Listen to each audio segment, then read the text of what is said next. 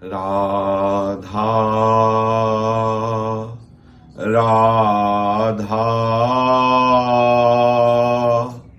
राधा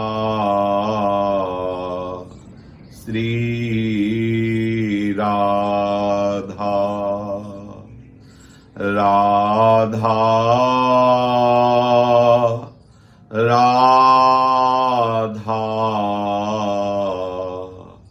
राधा श्री राधा। सच्चिदानंद स्वरूप महा आनंद प्रदान करने वाले वृंदावनाधीश्वर श्री युगल सरकार के श्री चरणों की उपासना, श्री चरणों का चिंतन, श्री चरणों का आश्रय समस्त कर्म बंधनों को छिन्न भिन्न कर देता है और जीव उस प्रेम सुख को प्राप्त करता है जो किसी अन्य साधनों से प्राप्त नहीं होता। ये मनुष्य शरीर केवल भगवत प्रेम प्राप्त करने के लिए मिला है, ये बात आप समझ लीजिए।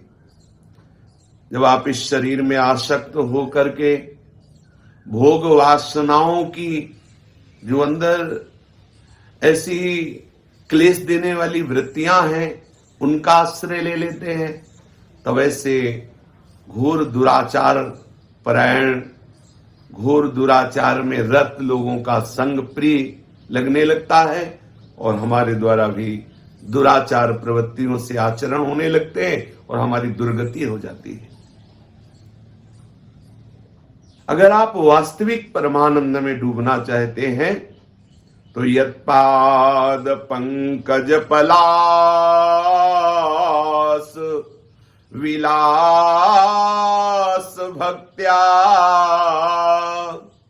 कर्माशयं ग्रथितमुद्ग्रथयन्ति सन्तः तद्वन्नरिक्तमतयो यतयोऽपि रुद्ध स्रोतो गणास्तमरणं भज वासुदेवम्। बड़े बड़े संत महात्मा जन जिनके श्री चरण कमलों की अंगुली दल की छिटकती हुई छटा का ध्यान करते हैं, स्मरण करते हैं, तो उनके हृदय ग्रंथि का भेदन हो जाता है। जो उनके अहंकार रूप देहाभिमान रूपी हृदय ग्रंथि है वो छिन्न भिन्न हो जाती है। जो कर्मों से गठित, कर्मों से ग्रथित वो ग्रंथि अहंकारमयी, जो कर्ता भोक्ता भाव, वो क्षीण हो जाता है। बड़े बड़े महापुरुष जिनके श्री चरणों की अंगुली दल छटा का ध्यान करते हैं, स्मरण करते हैं और स्मरण ध्यान के प्रभाव से अपने उस देहाभिमान रूपी ग्रंथि का छेदन कर देते हैं, कर्तृत्व भोक्तत्व भाव रहित होकर परमानंद में मगन हो जाते हैं। समस्त जो इंद्रियों की चंचलता, विषयों की तरफ आकर्षण है, वो शांत हो जाता है। कितनी अद्भुत महिमा है। जब हम प्रभु के चरणों का आश्रय न लेकर के अहम से युक्त होकर कोई साधना करते हैं तो ये इंद्रियां, ये मन, ये अहंकार हमें वास्तविक वस्तु का बोध नहीं होने देता है। इंद्रियां चंचल, मन चंचल, अहम वृत्ति बढ़ने लगती, मैं ऐसा करता हूं। लेकिन वही उपासक जब प्रभु के चरणों का आश्रय ले लेता है, उनके श्री चरणों की अंगुली दल की छटा का ध्यान करता है, दैन्य भाव से उनके नाम का स्मरण मानो पुकार रहा है प्रभु को, तो प्रभु की कृपा से इंद्रियां शांत होने लगती हैं, मन की चंचलता शांत होने लगती है। हृदय में एक अद्भुत विश्राम, एक अद्भुत निर्भयता, एक अद्भुत निश्चिंतता प्रभु के चरण बल से आने लगती है। उसके समस्त कर्म छिन्न भिन्न हो जाते हैं, इंद्रिया प्रत्याहार शांत हो जाती है, अंतःकरण निर्विषय होने लगता है। और सबके आश्रय प्रभु उसके हृदय में प्रकाशित हो जाते हैं। यह हमारे मनुष्य जीवन का परम लाभ है। पर जो ऐसा नहीं करते तो बुरे आचरणों में रत हो जाते हैं। कल की चर्चा में था, ऐसे ऐसे आचरण करने वाले भयानक प्रेत योनि को प्राप्त होते हैं। 84 लाख योनियों में एक प्रेत योनि है। प्रेत योनि में भी कई प्रकार हैं, ब्रह्म राक्षस और अग्नि बेताल चुड़ैल, कई ऐसा जो महान कष्ट देने वाले हैं। अगर आप भगवद आश्रित होकर भजन नहीं करेंगे तो आप ऐसी अशुभ योनियों को प्राप्त होंगे। जब कोई जीव जो कर्म कल वर्णन किए गए उन कर्मों के अनुसार प्रेत योनि को प्राप्त होता है, तो जो भूत प्रेत आदि का शरीर होता है वो वायु प्रधान होता है। ये मनुष्य शरीर में किसी भी द्वार से प्रवेश कर सकते हैं, आंख से, कान से, त्वचा से, किसी भी द्वार से प्रवेश कर जाते हैं और ये प्रवेश करके मनुष्य को बहुत क्लेश देते हैं। जब किसी के ये शरीर में प्रवेश होते हैं तो इनका वास होता अहम की वृत्ति में। मैं इसमें तो जीवात्मा वास करता, तदात्म भाव जीवात्मा करता है उस अहंकार में, मैं में। लेकिन उस अहम की वृत्ति में ये प्रेत जाकर के अपना वास बना लेता है और वहीं से वो समस्त इंद्रिय आदि पर शासन करता है। वो जैसा चाहता है वैसा व्यवहार उससे कराता है, इंद्रियों को अपने अनुसार चलाता है। फिर वो प्रेत कभी कभी कर्मों का भोग प्रकट होने पर एक शरीर में कई प्रेत आकर के वास कर देते हैं और उसको महान कष्ट देते हैं। पर यह है कि भूत प्रेत सबको नहीं सताते। ये स्वतंत्र नहीं कि जिसको बनाया उसके ऊपर चढ़ गए, उसे क्लेश देने लगे। ये मल द्वार से, मूत्र द्वार से, नेत्र द्वार से, घ्राणेन्द्रिय के द्वार से, श्रवणेन्द्रिय के द्वार से, त्वगेन्द्रिय से ये प्रवेश कर जाते हैं। अहम वृत्ति में जाकर के इंद्रियों पर शासन करते, नाना प्रकार के क्लेश उस शरीर को देते हैं। लेकिन ये हर एक शरीर में प्रवेश नहीं हो सकते, इनके ऊपर शासन ये मनमानी नहीं कर सकते। भगवान भूतेश्वर के शासन में संपूर्ण सृष्टि के भूत रहते हैं और जब किसी जीव का वैसा कर्म बिगड़ जाता है तो उसको दंड देने के लिए वो छूट दे देते हैं, तो वो प्रेत उसके ऊपर चढ़ जाता है, उसको वैसी ही बुद्धि दे दी जाती है।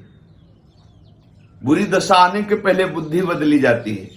वो जाएगा, पीपल के नीचे पेशाब कर देगा, श्मशान में ऐसे समय में जाएगा, संध्या काल, मध्याह्न काल, मध्य रात्रि, या संयोग वशात कर्म के अधीन होकर के वो प्रेत उसके सामने आएगा, वो उसे बोल देगा, कोई ऐसी घटना घटेगी, वो अपवित्र होगा, वो उसके शरीर में चढ़कर उसे क्लेश प्रदान करेगा। पर एक पक्का समझ लीजिए, कोई भी प्रेत स्वतंत्र नहीं है कि जब वो जिसको चाहे सता दे, ऐसा नहीं है। आपका जब कर्म बिगड़ेगा, आप अपवित्र होंगे और ऊपर से भूतेश्वर का इशारा होगा, तब वो भूत आकर के आपको दंड देगा। ऐसे स्वतंत्र योनि नहीं तो फिर क्या है, जब जिसको चाहे वो परेशान करे, किसी के शरीर में जाकर के खूब खाए पिए और तो बड़े आनंद का विषय, फिर उसको दंड का। भूत योनि में जो जीव जाता है जलता रहता है।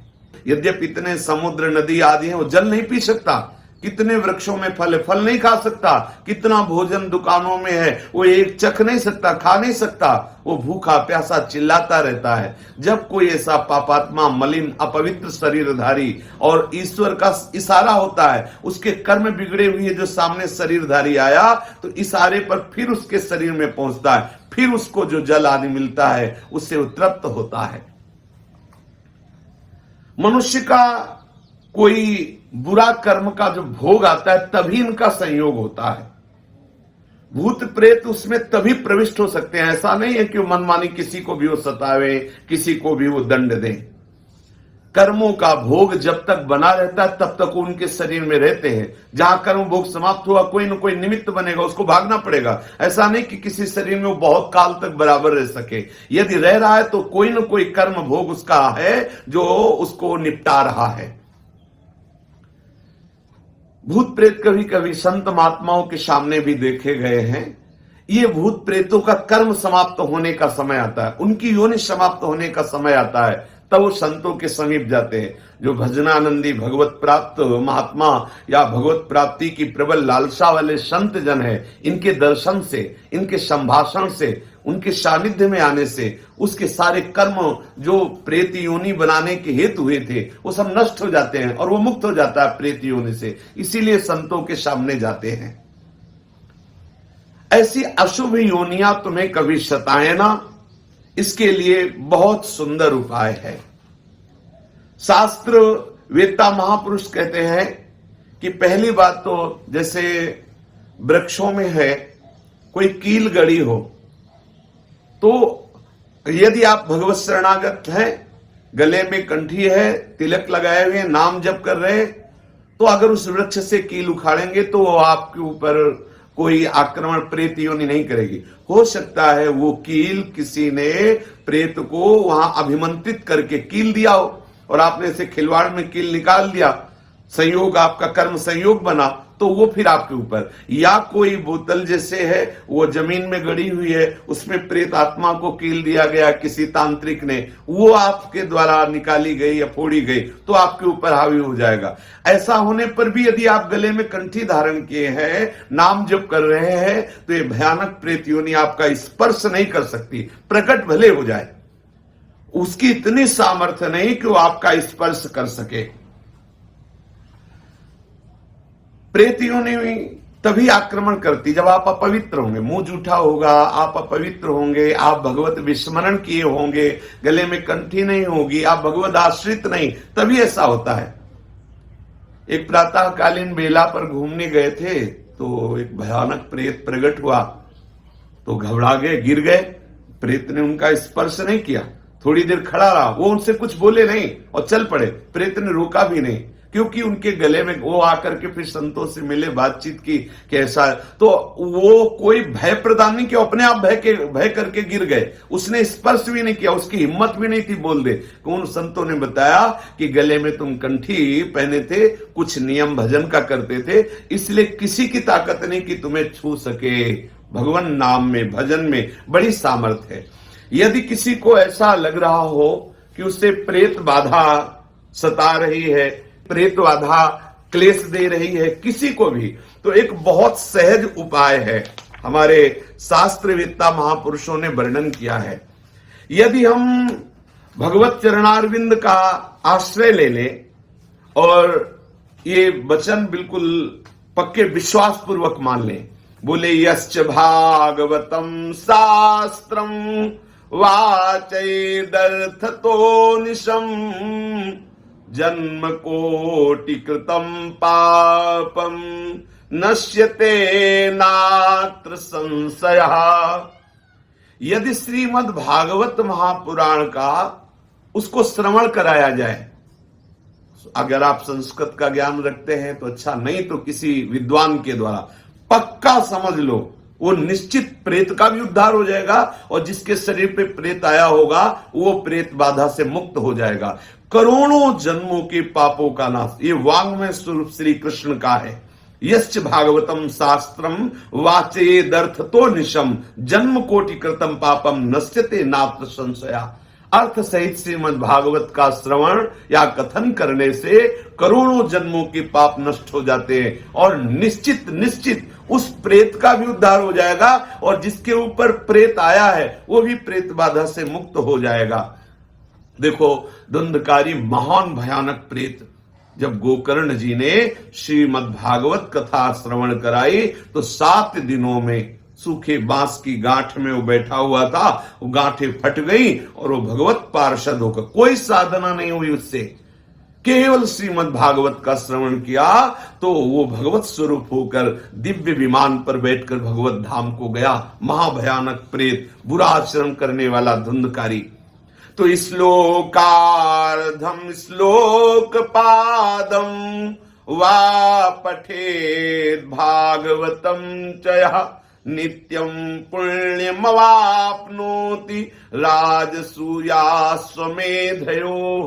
जो पुरुष एक श्लोक याद कर ले भागवत का, मानो संस्कृत का ज्ञान नहीं है तो एक श्लोक, कृष्णाय वासुदेवाय हरये परमात्मने प्रणत क्लेशनाशाय गोविंदाय नमो नमः, आधा श्लोक इतने ही बोल दे, कृष्णाय वासुदेवाय हरे परमात्मने। सामने आपके चाहे जितना भयानक प्रेत हो टिकेगा नहीं। श्री कृष्ण का वाग्मय स्वरूप, महामंत्र स्वरूप श्रीमद् भागवत है। एक श्लोक, आधा श्लोक यदि आप उच्चारण करते हैं तो राजसूय अश्वमेध आदि यज्ञों का फल स्वाभाविक आपको प्राप्त हो जाता है।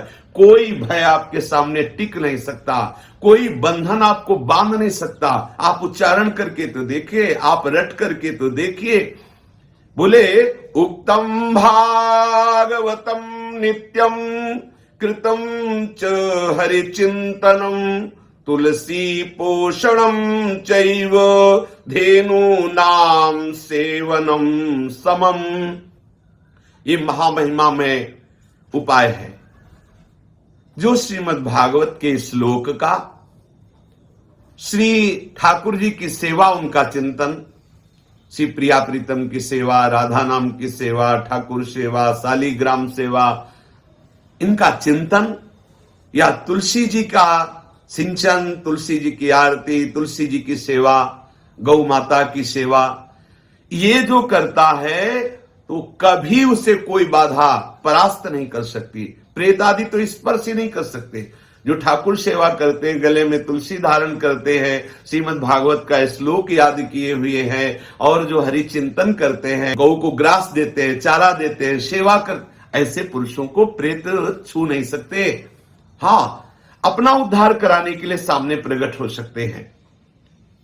बोले अंत काले तु ये नैव श्रूयते सुख शास्त्रवाक् प्रीत्या तस्यैव वैकुंठम गोविंदोपि प्रयच्छति। यदि किसी का शरीर पूरा हो रहा हो और आप उसको भागवत के श्लोक सुना दे, वो सीधे प्रभु के धाम को जाएगा। बड़ी महिमा है।